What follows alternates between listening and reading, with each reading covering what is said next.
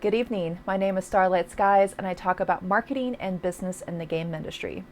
Today, we are talking about Unity. If you don't know, Unity is the most popular game engine for indie game developers. And you kind of need a game engine to make video games. So this is basically a huge cornerstone to our entire industry. Even if you work in AAA, a lot of people still use Unity for prototyping and many other things. And we're going to get into what Unity has been up to and why developers are very upset about it. But before we get into the main topic, I want to basically give a little bit of build up so you can see where developers are coming from with their opinions. So Unity has been making these kind of questionable choices for a while now. And it feels like they just don't listen to us, the people who are actually making games and using their products and building our own businesses off of their software.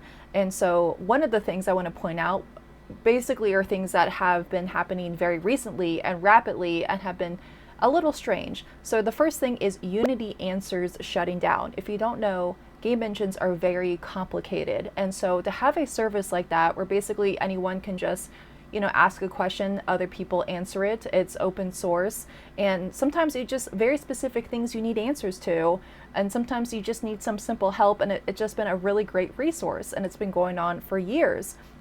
So for them to post on June 10th that on June 23rd that they were going to shut down permanently, this is very fast. And a lot of developers were just like, what? No, we don't want this to happen. If you look at the comments below here, basically nobody wants this. This is something that Unity decided on their own was a good idea. And whenever companies do things like this, I question, like, why? If I was running a company, why would I shut this down? It seems like they're trying to cut out the fat. They're trying to streamline everything. They're trying to just focus on things that make them profit. Again, this is my assumptions. This is just my opinions of what it feels like. But is it benefiting your customers? No, it's not. So the outrage was so big, they basically made a statement that says, we have canceled the plan to sunset Unity Answers by June 23rd and will keep it operational. But we all know what that means. Unity Answers may not be around anymore for that much longer. Who knows? I don't know what, of course, their final decision. This is just what they're telling us, but it feels icky. All right, let's move on to the next story, which is Unity laying off hundreds of staffers. Now, this is disgusting. Unity, that's my opinion, but it's gross. Unity makes a lot of money. All right, they don't need to be firing all these people because you know what? They're going to have to rehire people later. So why do companies do this? They do this usually for profit so that they can make more money in the short term. And this just doesn't feel good to developers. We don't want this. And a lot of people who worked at the company loved working at Unity. They basically were evangelists for the company and help build your brand and help build your software. And this is just not okay for them to do this. Again, Unity makes money. So this just doesn't feel right. And of course, developers don't like to hear this. It's just upsetting. That's not even the main story, though. Before I get into the main story, I will talk a little bit about John, who's the current CEO of Unity. Before he was the CEO of Unity, he was the CEO of Electronic Arts. And it was a really strange decision because EA, at the time that John was the CEO there, was called, quote, the worst company in America. That is a bold statement, but EA had so many complaints, and there's an entire Wikipedia article if you want to read, but there's also other articles as well and videos about this. And EA still hasn't recovered from this reputation yet of the treatment of employees, the kind of games that came out, the deals that were happening, the acquisitions. It was just a very dark time for Electronic Arts. And so he basically resigned as CEO. And I'm going to put this article right here in the description below, so if you want to read it. Basically, David here, who used to be the former CEO of Unity, is saying, and this article is from 2014, by the way, he's stepping down CEO but staying with the company, and he says this is the right person to help guide the company to the mission that we set out for ourselves over a decade ago. Democratize game development. What a strange word to use, democratize. Was that your goal for Unity? To democratize game development? Out of all the words you could have said, this one, it just feels icky and weird because it feels very corporate, it feels very suit. It feels like, you know, all of these deals is like pushing money around towards certain people, but is it actually benefiting the platform and again the people using it? And I'm going to keep repeating that because I'm questioning these decisions and like how I think it's really important to developers to recognize, if you want to understand the mindset of people who have this money and run these companies and basically run the industry and have a lot of decision making power, how they think. And so pay attention to the words they say, because a lot of times it doesn't feel like these people care about the people using their products. They care about how to maximize profits for themselves. And they use a certain language, which sounds great to people who don't actually make games, who maybe work in the industry, but don't actually understand the underworkings of like how things are made, how things are possible. So I want you to keep that in mind as we get to other parts of that video.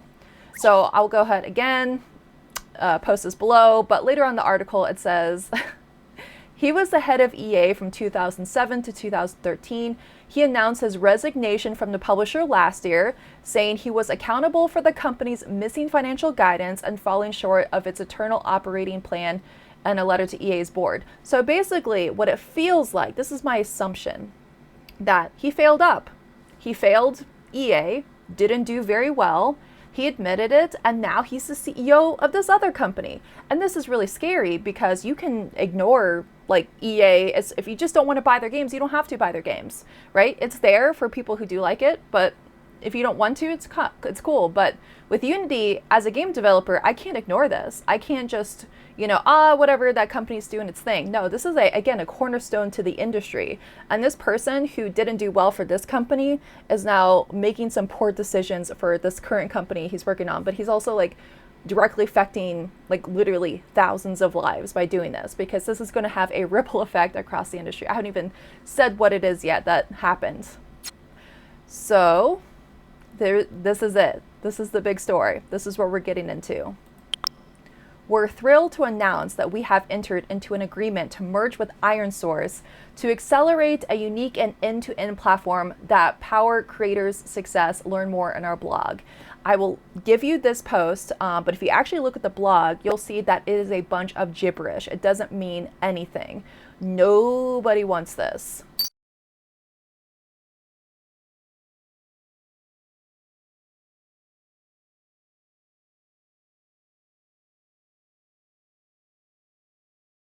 This is what the CEO had to say about this acquisition.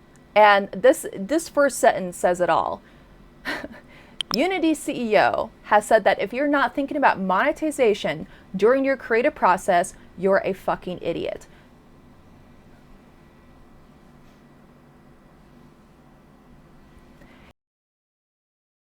Unity is a mid-tier game engine. So basically what that means, it's not like a mediocre game engine. Like what I mean by mid-tier is that it's not more higher end like Unreal or like other AAA engines. They're more, different game engines are good for making different games. And I don't think that there's any one tool that's better than another.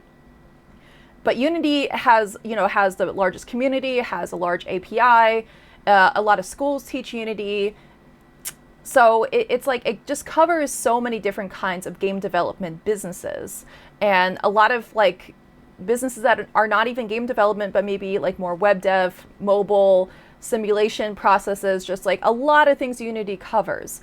And so basically he's saying that this like engine that covers a lot of different kinds of solutions to development should be narrowed down to focus on just monetization, which is ridiculous. So of course we wouldn't be happy about this. And I can't believe that he wants to sound like this. And he makes so much money and he has so much power in our industry, and this is what he says. It's gross.